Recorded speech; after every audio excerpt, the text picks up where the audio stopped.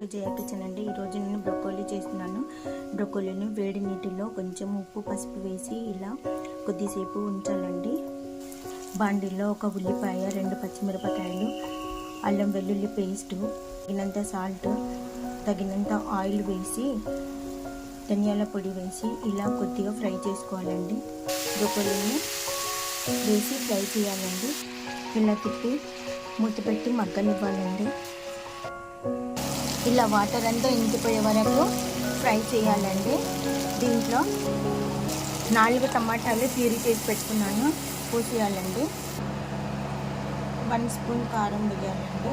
2 పచ్చిమిరపకాయలు వేసాను కాబట్టి 1 స్పూన్ మిర్చి పౌడర్ చాలు.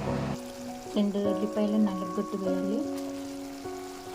ఆయిల్ పైకి తేలాలండి. బ్రొకోలీ కర్రీ రెడీ అండి. Ready to eat.